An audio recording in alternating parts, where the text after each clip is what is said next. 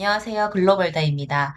지난 영상에서 글쓰기의 기본, 문장력에 대해서 말씀드렸는데 제 생각보다 되게 관심을 많이 가져주시더라고요. 며칠 이내로 어떻게 하면 가독성 있는 문장을 쓸 것인지에 대해서 말씀드리도록 하겠습니다. 오늘은 챗GPT 자동화 블로그에 대해서 말씀드릴 텐데요. 영상 뒷부분에 가면 이 블로그의 본질이나 그런 팁 같은 걸 드릴 테니까 끝까지 봐주시면 감사할 것 같습니다. 일단 저는 챗GPT, 빙, 구글 바드, 리튼, 미드저니, DID 등등등 이런 생성형 AI를 다 써봤습니다. 이런 새로운 기술에 대해서 전혀 부정적인 그런 입장을 갖고 있는 사람도 아닙니다. 그럼에도 불구하고 블로그를 할 때만큼은 이 블로그라는 것의 특성 때문에 이런 생성형 AI를 쓰는 것이 도움이 안 된다고 저는 생각을 합니다. 그래서 하지 않습니다. 자동화 블로그 망할 수밖에 없는 결정적인 이유가 있거든요. 자동화 블로그로 이미 돈을 많이 벌고 계신 분도 있을 수 있겠지만 그렇게 많지 않으실 것 같다는 생각도 들고 얼마 전에 댓글로도 이런 글을 달아주셨어요. 지금까지 해서 수익이 $10에 그쳤다. 저도 사실은 챗GPT로 블로그 글을 쓰려고 처음에 시도를 했었어요. 티스토리 개설을 하고 딱 제가 이틀 운영했다고 했잖아요. 근데 그 이틀 운영을 이 챗GPT로 글을 써서 한번 해봤어요. 이제 아예 블로그 글을 자동으로 로봇이 작성을 하고 발행까지 다 자동으로 이걸 이용하시는 분들은 하루에 글을 한 1000개 정도 발행을 한다 이렇게 들었어요. 그래서 사실 처음 이런 세계가 있다는 걸 제가 알고는 정말 이런 정보를 내가 알게 돼서 너무 감사하고 다행이고 나는 이 블로그로 수익 내는 진짜 방법을 아는 사람이다. 이런 우월감이라고 해야 되나? 정말 이런 정보를 몰라가지고 몇 시간 동안 글 한 개 써가지고 발행하는 사람 보면 저렇게 해서 돈 못 버는데 그런 생각도 한 적이 있어요. 그런데 그런 생각도 오래 가지 못했어요. 일단은 이틀하고 제가 과감하게 이건 아니다 싶어가지고 버린 이유는 일단은 개인적으로 그 글을 쓰기에는 좀 너무 양심에 찔렸어요. 그 내용 자체가 너무 백과사전 옮겨놓은 것 같은 그런 글이라고 해야 되나? AI가 쓴 글이라는 게 일단 너무 티가 많이 났고, 그걸 그래서 제가 좀 고치다 보니까, 너무 오래 걸리고, 이렇게 할 바에 그냥 쓰는 게 더 빠르겠다, 이런 생각이 들었고, 또 AI 컨텐츠 감지기 같은 게 있어요. 이게 얼마나 AI가 쓴 것 같은지 수치로 표시를 해주는데, 챗 GPT가 쓴 걸 그대로 또 블로그 올리게 되면 이게 역효과가 나고 로봇이 썼다는 걸 다 알 수 있기 때문에 이걸 패러프레이징, 그러니까 내용은 같은데 어구나 단어 같은 거를 다른 말로 바꿔서 재탄생을 하는 거죠, 문장을. 그런 걸 해주는 그런 패러프레이징 사이트 가서 옮기고 여러 단계를 거쳐서 AI로 썼지만 AI가 쓰지 않고 직접 쓴 것처럼 할 수 있는 방법들이 있더라고요. 그런 게 있음에도 불구하고 이렇게 여러 단계를 거치는 게 너무 시간도 많이 걸리고 이거 역시 공이 너무 많이 들고 돈도 많이 들어요. 왜냐하면 그런 게 단어 수 제한이 있어가지고 계속 쓰려면 구독을 해야 돼요. 그냥 아예 접었습니다. 그거 자체가 스트레스였어요, 저는. 그런데 이런 이유들은 다 개인적인 이유고요. 지금부터가 중요한 팁입니다.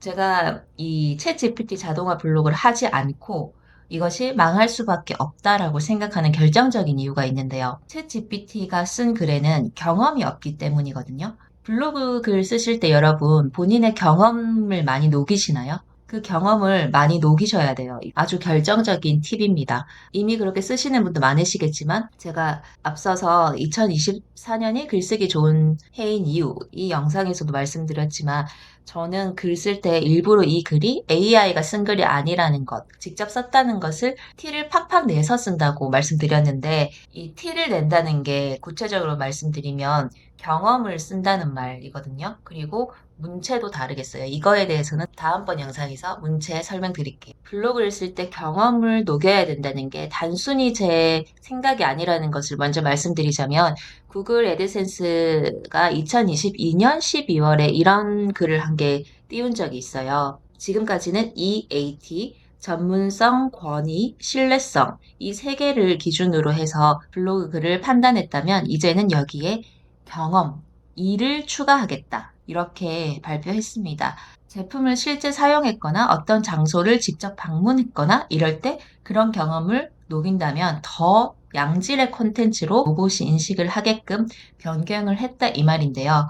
지금 제가 하는 얘기는 이 블로그의 본질이라고 저는 생각해요. 이걸 깨우치시면, 아, 내가 어떤 식으로 그 안에 내용을 채울 건지 좀 감이 오실 거예요. 자, 우리가 예를 들면 나라의 세금 정책이 바뀌어요. 그러면 우리가 세 가지 방식으로 그 정보를 접할 수 있어요. 첫 번째는 제일 정확한 게 뭐 국세청이든 어디든 공식 홈페이지에 들어가서 그 정보를 읽으면 되죠. 아니면 글로 된 뉴스 기사를 읽으면 되죠.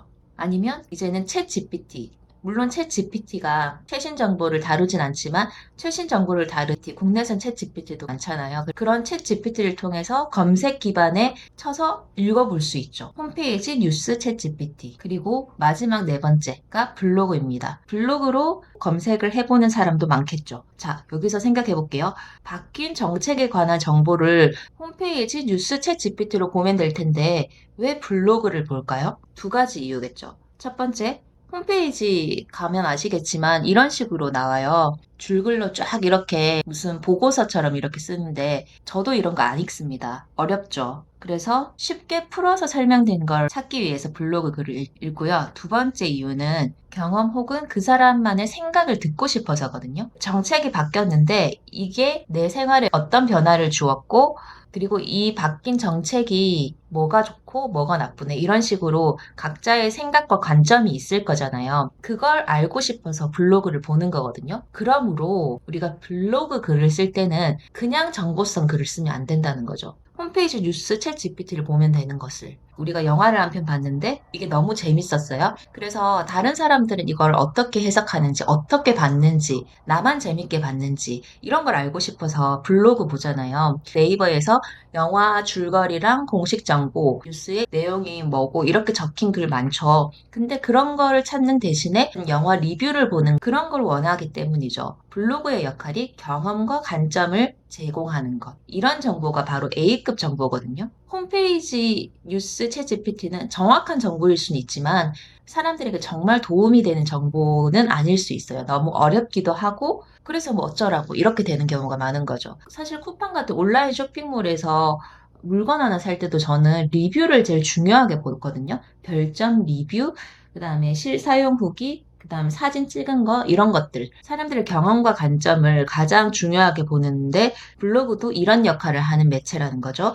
그러므로 챗 GPT는 절대 죽었다 깨어나도 이런 것을 제공할 수 없죠. 사람이 아니기 때문에. 물론 사람들의 경험을 쓴 블로그 글들을 조합해가지고 정리해서 제공을 할 수는 있죠. 그 원조의 어떤 경험에 관한 글은 사람이 블로그가 먼저 쓸 수밖에 없겠죠. 좀 더 직접적으로 말씀드리면요. 어떤 주제를 쓰시든 후기 비슷한 걸 좀 많이 쓰시면 좋아요. 사실 뭐 그렇게 블로그 많이 하시죠. 특히 네이버 블로그 하시는 분들 대부분 본인이 뭐 맛집 가서 꼭 음식 사진도 찍고 뭐 이런 서비스가 아쉬웠다 이런 후기를 들려주잖아요. 워드프레스나 티스토리 쓰실 때도 마찬가지로 그렇게 하시면 되고 워드프레스가 네이버나 뭐 이런 다른 블로그에 비해서 조금 뭔가 더 딱딱하고 더 정보성 글이라고 다들 알고 계시는데 맞긴 맞는데 이 정보성이라는 단어를 오해 안 하셨으면 좋겠어요. 꼭 공식 정보, 오리지널 정보 이런 거에 국한되는 게 아니고 내가 직접 경험한 것도 정보겠죠.